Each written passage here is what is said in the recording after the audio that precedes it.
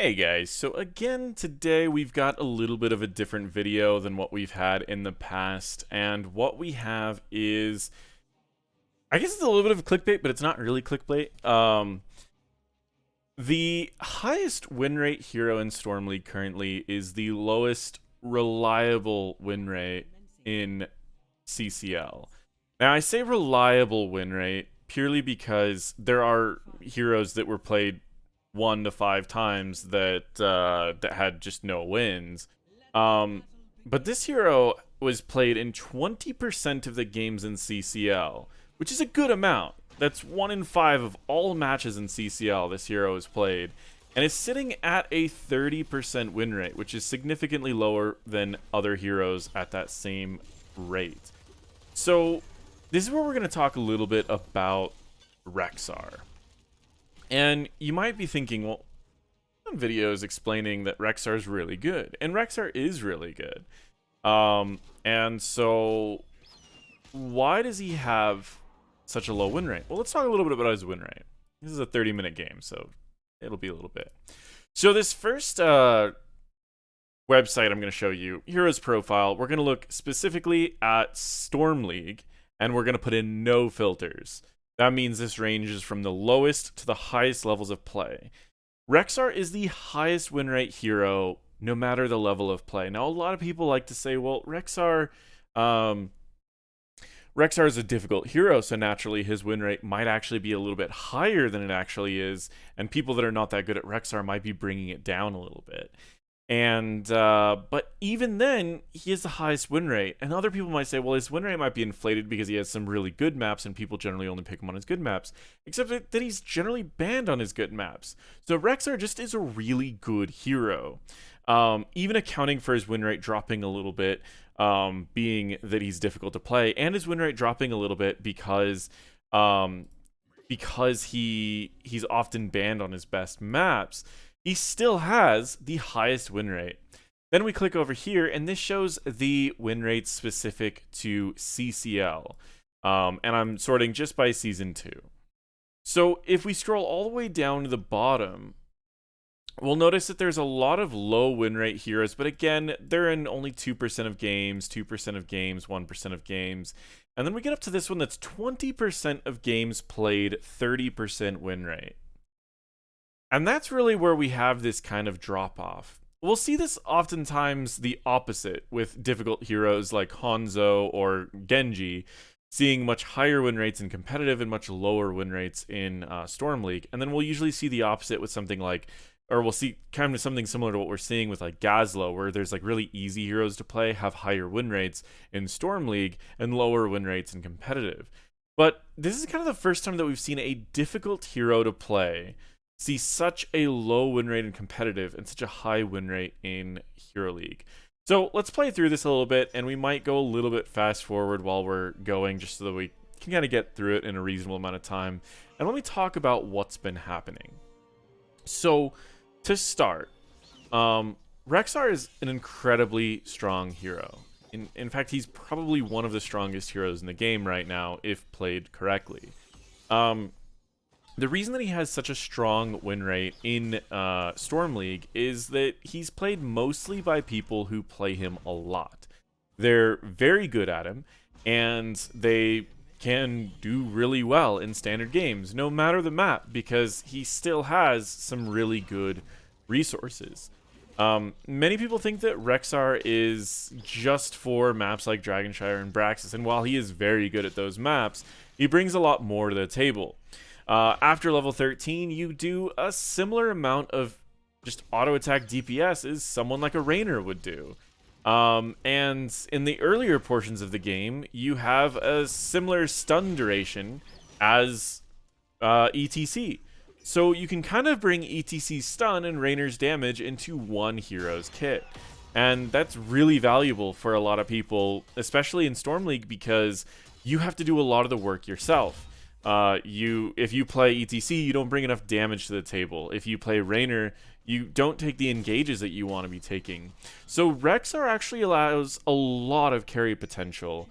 And so one, he's a great hero for Smurfs that are playing.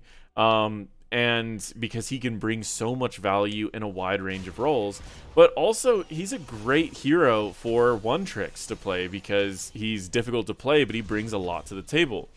And so Rexxar ends up being an amazing hero for Storm League, despite the fact that he's so difficult to play. And that's part of the reason why we see his win rate jump so much now as opposed to before, is because we saw a lot of success. I think Cure is probably the one who created the most success with Rexxar, and probably the reason we see the popularity we see of Rexxar today is that Cure took Rexxar the first season he came back to Heroes of the Storm all the way up to Grandmaster #1, playing almost exclusively Rexxar outside of the games that Rexxar was banned. And the same has been true for a few other people after that, and even a couple people before that. In fact, I've been wanting to do a guide with Champ of Horde for a little while, because he was able to hold the #1 through 3 Grandmaster slots throughout 3 different seasons, playing almost exclusively Rexxar. And so I wanted to work with him on a Rexxar guide. He actually reached out for a little bit. I just haven't had as much time as I'd like to go through that whole process of working with another person with a guide. It takes so much more work than just one of these guides. And so I will bring out a more extensive Rexxar guide in the future, but this video is more to talk about what's happened with Rexxar in the competitive scene.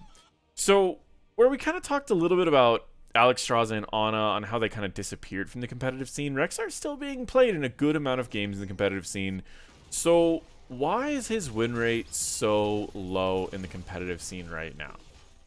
Well, the answer is, first and foremost, that even though he is being played in 20% of games, that statistic is still relatively small. And so there still could be a lot of luck involved. The second always comes down to, well, in competitive, the teams that play these heroes kind of show the heroes their win rates more so than the heroes themselves.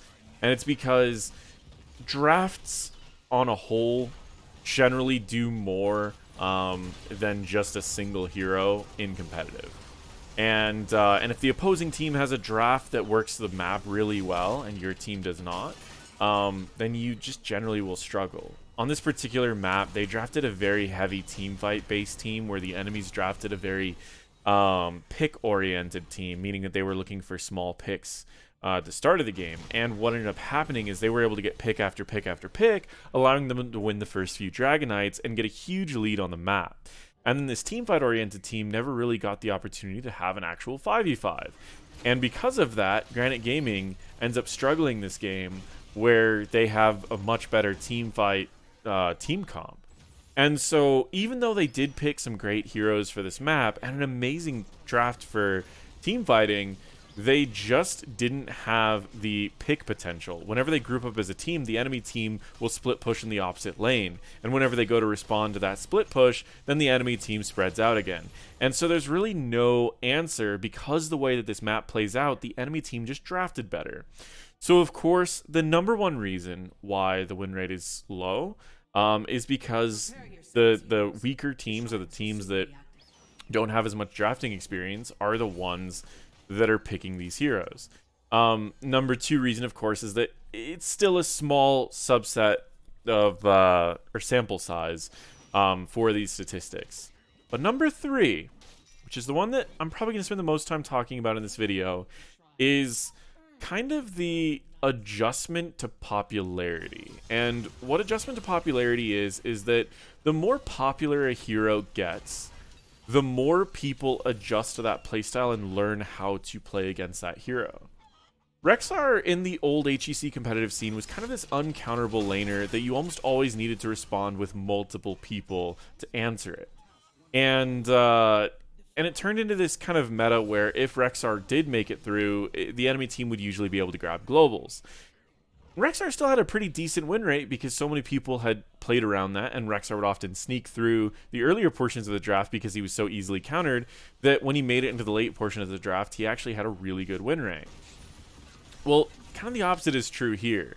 So many people are so used to seeing Rexxars on a wide range of maps that they just know how to answer him. They usually will run a couple heroes that can get to him, or they run heroes that can deal with Misha very, very quickly, and so he's basically missing a couple of his abilities. They'll run drafts that kind of spread out a little bit more, or drafts that adjust a little bit more. So for example, in this opposing team's draft, they never wanted to fight as 5. They always wanted to abuse globals or spread out their team. And so in the early portion of the game, they got such a lead, they never needed to fight 5v5. Well, in that case, the value of Rexxar in a one-on-one situation is reduced because he will rarely see a one-on-one situation. You rarely saw him fighting just Blaze, right? It was always Blaze and Varian, or it was always Blaze and Brightwing, or even, I mean, it was rare that Junkrat got up there, but even Blaze and Tyrande, and sometimes even Tyrande, Varian, and Blaze were up in the top lane. And because of this, he never got to do what he was best at, which was bully the enemy laner in a one-on-one situation. The next thing that he's best at, he's kind of a Swiss Army knife. Like I said, he brings a lot of tools that you might need to fill in what your team's missing. The problem is that in a coordinated environment, your team shouldn't be missing anything. If you want an ETC stun, there are better options than Misha's stun, right? If you want a Zul'jin damage or like a Raynor range DPS in your fights, there are better options than that as well. And so you generally are going to take the best option available unless that option's banned. For your draft, you don't usually want a bunch of off options. And so that's another reason why his win rate ended up getting pretty bad, is because he's a jack of all trades, master of none, except that he is a master of one thing. It's just that that one thing is accounted for, which is being a lane bully. So ultimately, Rexxar has the highest Storm League win rate because he's been popularized by one-tricks as well as Smurfs, because he answers just about everything that your team might be lacking. But his win rate is lower than the competitive, or lower in the competitive scene, because he's been seen so much as a niche pick that he's no longer a niche pick, and people have found out how to counter him. But there's actually kind of a fourth reason that that his win rate is a little bit lower, and that comes down to the solo lane meta right now. The solo lane meta right now has a lot of very powerful heroes, and so even though he is very, very strong, and I still consider him to be one of the strongest heroes in the game, he has to compete with some really powerful heroes. I would say the meta of like the Sonya, where he can bully Sonya for the first half of the game, but if it gets to the late half of the game, W-build Sonya does so much more damage than he does, and has so much more survivability than he has. And so heroes like Sonya really make it difficult for him. Hogger, while Hogger was in his strongest, kind of a similar thing. Hogger is a lot scarier than he is, and Hogger brings more value to most objectives than he does. And so it creates a lot of problems. If I was to go back and pause this for just a second and show you guys some other solo laners that we've been seeing in CCL, you're going to notice that the win rates of these other solo laners are a lot higher. Dahaka, for example, 65% win rate. Blaze, 62% win rate. Hogger, 58% win rate, seen in 93% of games. And that's either picked or banned 93% of other games. Even Thrall, I mean, only 3% of games. Yrel, I mean, 32% of games, 53% win rate. And so we see these higher win rate heroes sneak through, like that Hogger, which is reducing. For every win that Hogger brings this 58% win rate in, there's 42% on every other hero out there. And we also need to account for the other high win rate heroes that Hogger's beating to bring these in. And so this made it to where Rexxar's win rate gets dropped because of kind of these four reasons. Rexxar is still a really cool hero, and don't let this video discourage you from playing Rexxar if you enjoy playing Rexxar in competitive. At the highest levels of competitive, he's still very good at what he does, and there's been a lot more balance to the heroes that have kind of seen his win rate drop. We've seen nerfs for Hogger, we've seen nerfs for Sonya, and their win rates have dropped because of those nerfs. Dahaka is probably not going to see too many nerfs. Although I think he should. Dahaka's, in my opinion, Dahaka and Alex Strauss are two of some of the most underrated heroes in this game right now. So I would really expect to see nerfs on them, but because they're underrated, we probably won't be seeing nerfs. So I don't think that this should discourage you. If you enjoy playing Rexxar, continue playing Rexxar, especially in Storm League. He's still amazing in Storm League. He is difficult to play, and I may bring out a guide showing you guys how to play him a little bit easier, as well as the things that I would recommend practicing, and potentially other Rexxar mains would recommend practicing as well. I do want to talk a little bit about the rest of this game, so if you guys are just here to kind of learn about Rexxar and why he's here, then this is kind of the end of the video. But if you want to know how this game ended up where it ended up, despite having an enemy team that had essentially a Varian with Colossal Smash, getting to the highest levels of competition at the kind of the final run through of CCL. This is I mean, this literally eliminated Granite Gaming from CCL in this game. So if you're wondering how we got here, I could kind of explain that. Well, the enemy team learned that they can learned how the way that this map generally plays out is that the team that wins is the team that gets the most value in the early game. This is a map that generally doesn't have team fights, so they wanted to find out, they wanted to start practicing comps that got the most value with the least amount of heroes. And so they found that Varian with Colossal Smash adds the most value to another hero, as long as that other hero has just a little bit of damage or a little bit of CC, either or. And so what ends up happening is Colossal Smash Varian will roam from top to bottom looking for picks. And as long as they get picks, they will lead to kills. The Junkrat can hold the bottom lane pretty well, and the Blaze can hold the top lane pretty well, where you can have a Varian, a Tyrande, and a Brightwing roam around where needed. And the Varian or the Tyrande can bring just enough value. They both kind of do the same role, just a little bit differently, where Tyrande brings more of the CC and armor reduction, and Varian brings more of the damage and armor reduction. That if the Tyrande enters the lane with either the Blaze or the Junkrat, they can lead to a kill. Or if the Varian enters the lane with either the Blaze or the Junkrat, they can lead to a kill. And the Brightwing is basically just there to compensate for a little bit of extra value or kind of correct things that are happening to the enemy team if they try to do the same thing. What that means is, let's say the enemy Medivh decides to roam up and try to help the Rexxar, the Brightwing can go cancel that with a single button press. So even though the opposing team's team comp is worse for team fights and ultimately not that great of a team comp in general, it actually answers what this map needs very well. And you'll notice that Granite Gaming starts winning all the rest of the team fights from this game, but because they're down a keep and almost 2 keeps, and they can lose that other keep with basically anything, a couple shots from Junkrat, they're always dealing with these waves that are going to be pushing in, and they're always dealing with that experience deficit, and they always have to answer the enemy pushes, even if they don't want to. So Granite Gaming has an amazing comp for team fighting, and they do it really well. I mean, they're going to win this team fight right here without really much of a contest from the enemy team. They kind of just take whatever they want.